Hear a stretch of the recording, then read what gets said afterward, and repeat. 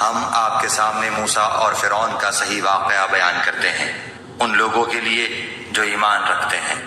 یقیناً فرعون نے زمین میں سرکشی کر رکھی تھی اور وہاں کے لوگوں کو گروہ گروہ بنا رکھا تھا، اور ان میں سے ایک فرقے کو کمزور کر رکھا تھا، اور ان کے لڑکوں کو تو ذبح کر ڈالتا تھا اور ان کی لڑکیوں کو زندہ چھوڑ دیتا تھا۔ بے شک و شبہ وہ تھا ہی مفسدوں میں سے۔ پھر ہماری چاہت ہوئی کہ ہم ان پر کرم فرمائیں جنہیں زمین میں بے حد کمزور کر دیا گیا تھا، اور ہم انہی کو پیشوا اور زمین کا وارث بنائیں، اور یہ بھی کہ ہم انہیں زمین میں قدرت و اختیار دیں، اور فرعون اور حامان اور ان کے لشکروں کو وہ دکھائیں جس سے وہ ڈر رہے ہیں۔ ہم نے موسیٰ علیہ السلام کی ماں کو وحی کی کہ اسے دودھ پلاتی رہ، اور جب تجھے اس کی نسبت کوئی خوف معلوم ہو تو اسے دریا میں بہا دینا، اور کوئی ڈر خوف یا رنج غم نہ کرنا، ہم یقیناً اسے تیری طرف لوٹانے والے ہیں اور اسے اپنے پیغمبروں میں بنانے والے ہیں۔ آخر فرعون کے لوگوں نے اس بچے کو اٹھا لیا کہ آخرکار یہی بچہ ان کا دشمن ہوا اور ان کے رنج کا باعث بنا۔ کچھ شک نہیں کہ فرعون اور حامان اور ان کے لشکر تھے ہی خطا کار۔ اور فرعون کی بیوی نے کہا، یہ تو میری اور تیری آنکھوں کی ٹھنڈک ہے، اسے قتل نہ کرو، بہت ممکن ہے کہ یہ ہمیں کوئی فائدہ پہنچائے یا ہم اسے اپنا ہی بیٹا بنا لیں۔ اور یہ لوگ شعور ہی نہ رکھتے تھے۔ موسیٰ علیہ السلام کی والدہ کا دل بے قرار ہو گیا، قریب تھیں کہ اس واقعے کو بالکل ظاہر کر دیتی اگر ہم ان کے دل کو ڈھارس نہ دے دیتے، یہ اس لیے کہ وہ یقین کرنے والوں میں رہے۔ موسیٰ علیہ السلام کی والدہ نے اس کی بہن سے کہا کہ تو اس کے پیچھے پیچھے جا، تو وہ اسے دور سے دیکھتی رہی، اور فرعونیوں کو اس کا علم بھی نہ ہوا۔ ان کے پہنچنے سے پہلے ہم نے موسیٰ علیہ السلام پر دائیوں کا دودھ حرام کر دیا تھا۔ یہ کہنے لگی کہ کیا میں تمہیں ایسا گھرانہ بتاؤں جو اس بچے کی تمہارے لیے پرورش کرے اور ہوں بھی وہ اس بچے کے خیر خواہ؟ بس ہم نے اسے اس کی ماں کی طرف واپس پہنچایا تاکہ اس کی آنکھیں ٹھنڈی رہیں اور آزردہ خاطر نہ ہو، اور جان لے کہ اللہ تعالیٰ کا وعدہ سچا ہے، لیکن اکثر لوگ نہیں جانتے۔ اور جب موسیٰ علیہ السلام اپنی جوانی کو پہنچ گئے اور پورے توانا ہو گئے، ہم نے انہیں حکمت و علم عطا فرمایا۔ نیکی کرنے والوں کو ہم اسی طرح بدلہ دیا کرتے ہیں۔ اور موسیٰ علیہ السلام ایک ایسے وقت شہر میں آئے جبکہ شہر کے لوگ غفلت میں تھے۔ یہاں دو شخصوں کو لڑتے ہوئے پایا، یہ ایک تو اس کے رفیقوں میں سے تھا اور یہ دوسرا اس کے دشمنوں میں سے۔ اس کی قوم والے نے اس کے خلاف جو اس کے دشمنوں میں سے تھا اس سے فریاد کی، جس پر موسیٰ علیہ السلام نے اس کے مکہ مارا جس سے وہ مر گیا۔ موسیٰ علیہ السلام کہنے لگے، یہ تو شیطانی کام ہے، یقیناً شیطان دشمن اور کھلے طور پر بہکانے والا ہے۔ پھر دعا کرنے لگے کہ اے پروردگار، میں نے خود اپنے اوپر ظلم کیا، تو مجھے معاف فرما دے۔ اللہ تعالیٰ نے اسے بخش دیا، وہ بخشش اور بہت مہربانی کرنے والا ہے۔ کہنے لگے، اے میرے رب، جیسے تو نے مجھ پر یہ کرم فرمایا، میں بھی اب ہرگز کسی گنہگار کا مددگار نہ بنوں گا۔ صبح ہی صبح ڈرتے اندیشے کی حالت میں خبریں لینے کو شہر میں گئے کہ اچانک وہی شخص جس نے کل ان سے مدد طلب کی تھی ان سے فریاد کر رہا ہے۔ موسیٰ علیہ السلام نے اس سے کہا کہ اس میں شک نہیں، تو صریح بے راہ ہے۔ پھر جب اپنے اور اس کے دشمن کو پکڑنا چاہا، وہ فریادی کہنے لگا کہ موسیٰ علیہ السلام، کیا جس طرح تو نے کل ایک شخص کو قتل کیا ہے مجھے بھی مار ڈالنا چاہتا ہے؟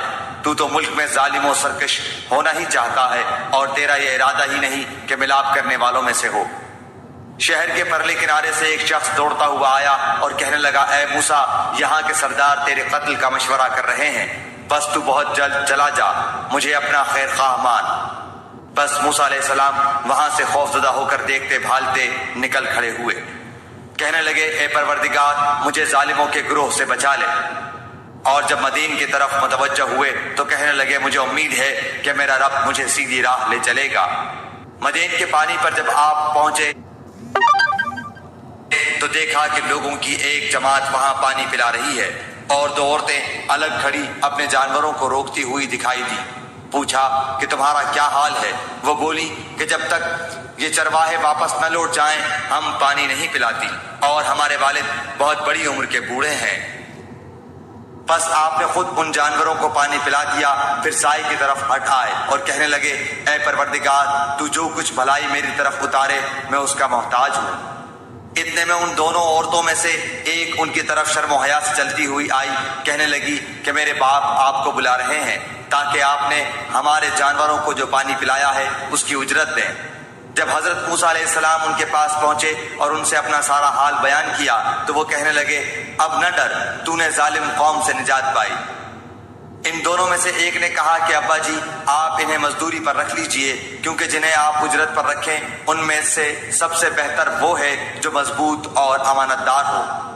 اس بزرگ نے کہا، میں اپنی ان دونوں لڑکیوں میں سے ایک کو آپ کے نکاح میں دینا چاہتا ہوں، اس مہر پر کہ آپ 8 سال تک میرا کام کاج کریں۔ ہاں اگر آپ 10 سال پورے کریں تو یہ آپ کی طرف سے بطور احسان کے ہے۔ میں یہ ہرگز نہیں چاہتا کہ آپ کو کسی مشقت میں ڈالوں۔ اللہ کو منظور ہے تو آگے چل کر آپ مجھے بھلا آدمی پائیں گے۔ موسیٰ علیہ السلام نے کہا، خیر تو یہ بات میرے اور آپ کے درمیان پختہ ہو گئی۔ میں ان دونوں مدتوں میں سے جسے پورا کروں مجھ پر کوئی زیادتی نہ ہو۔ ہم یہ جو کچھ کہہ رہے ہیں اس پر اللہ گواہ اور کارساز ہے۔ جب حضرت موسیٰ علیہ السلام نے مدت پوری کر لی اور اپنے گھر والوں کو لے کر چلے تو کوہ طور کی طرف آگ دیکھی۔ اپنی بیوی سے کہنے لگے، ٹھہرو، میں نے آگ دیکھی ہے، بہت ممکن ہے کہ میں وہاں سے کوئی خبر لاؤں یا آگ کا کوئی انگارہ لاؤں تاکہ تم سینک لو۔ بس جب وہاں پہنچے تو اس بابرکت زمین کے میدان کے دائیں کنارے کے درخت میں سے آواز دیے گئے کہ اے موسیٰ، یقیناً میں ہی اللہ ہوں، سارے جہانوں کا پروردگار۔ اور یہ بھی آواز آئی کہ اپنی لاٹھی ڈال دے۔ پھر جب اسے دیکھا کہ وہ سانپ کی طرح پھن پھنا رہی ہے تو پیٹھ پھیر کر واپس ہو گئے اور مڑ کر رخ بھی نہ کیا۔ ہم نے کہا، اے موسیٰ آگے آ، ڈر مت، یقیناً تو ہر طرح امن والا ہے۔ اپنے ہاتھ کو اپنے گریبان میں ڈال، وہ بغیر کسی قسم کے روگ کے چمکتا ہوا نکلے گا، بالکل سفید، اور خوف سے بچنے کے لیے اپنے بازو اپنی طرف ملا لے۔ بس یہ دونوں معجزے تیرے لیے تیرے رب کی طرف سے ہیں۔ فرعون اور اس کی جماعت کی طرف یقیناً وہ سب کے سب بے حکم اور نافرمان لوگ ہیں۔ موسیٰ علیہ السلام نے کہا، پروردگار، میں نے ان کا ایک آدمی قتل کر دیا تھا، اب مجھے اندیشہ ہے کہ وہ مجھے بھی قتل کر ڈالیں، اور میرا بھائی ہارون علیہ السلام مجھ سے بہت زیادہ فصیح زبان والا ہے، تو اسے بھی میرا مددگار بنا کہ میرے ساتھ بھیج کہ وہ مجھے سچا مانے، مجھے تو خوف ہے کہ وہ سب مجھے جھٹلا دیں گے۔ اللہ تعالیٰ نے فرمایا کہ ہم تیرے بھائی کے ساتھ تیرا بازو مضبوط کر دیں گے اور تم دونوں کو غلبہ دیں گے، فرعونی تم تک پہنچ ہی نہ سکیں گے، بس اب ہماری نشانیوں کے تم دونوں اور تمہاری تابعداری کرنے والے ہی غالب رہیں گے۔ بس جب ان کے پاس موسیٰ علیہ السلام ہمارے دیے ہوئے کھلے معجزے لے کر پہنچے تو وہ کہنے لگے، یہ تو صرف گھڑا گھڑایا جادو ہے، ہم نے اپنے اگلے باپ دادوں کے زمانے میں کبھی یہ نہیں سنا۔ حضرت موسیٰ علیہ السلام کہنے لگے، میرا رب تعالیٰ اسے خوب جانتا ہے جو اس کے پاس کی ہدایت لے کر آتا ہے اور جس کے لیے آخرت کا اچھا انجام ہوتا ہے، یقیناً بے انصافوں کا بھلا نہ ہوگا۔ فرعون کہنے لگا، اے درباریو، میں تو اپنے سوا کسی کو تمہارا معبود نہیں جانتا۔ سن اے حامان، تو میرے لیے مٹی کو آگ سے پکوا، پھر میرے لیے ایک محل تعمیر کر تو میں موسیٰ کے معبود کو جھانک لوں، اسے میں تو جھوٹوں میں سے ہی گمان کر رہا ہوں۔ اس نے اور اس کے لشکروں نے ناحق طریقے پر ملک میں تکبر کیا اور سمجھ لیا کہ وہ ہماری جانب لوٹائے ہی نہ جائیں گے۔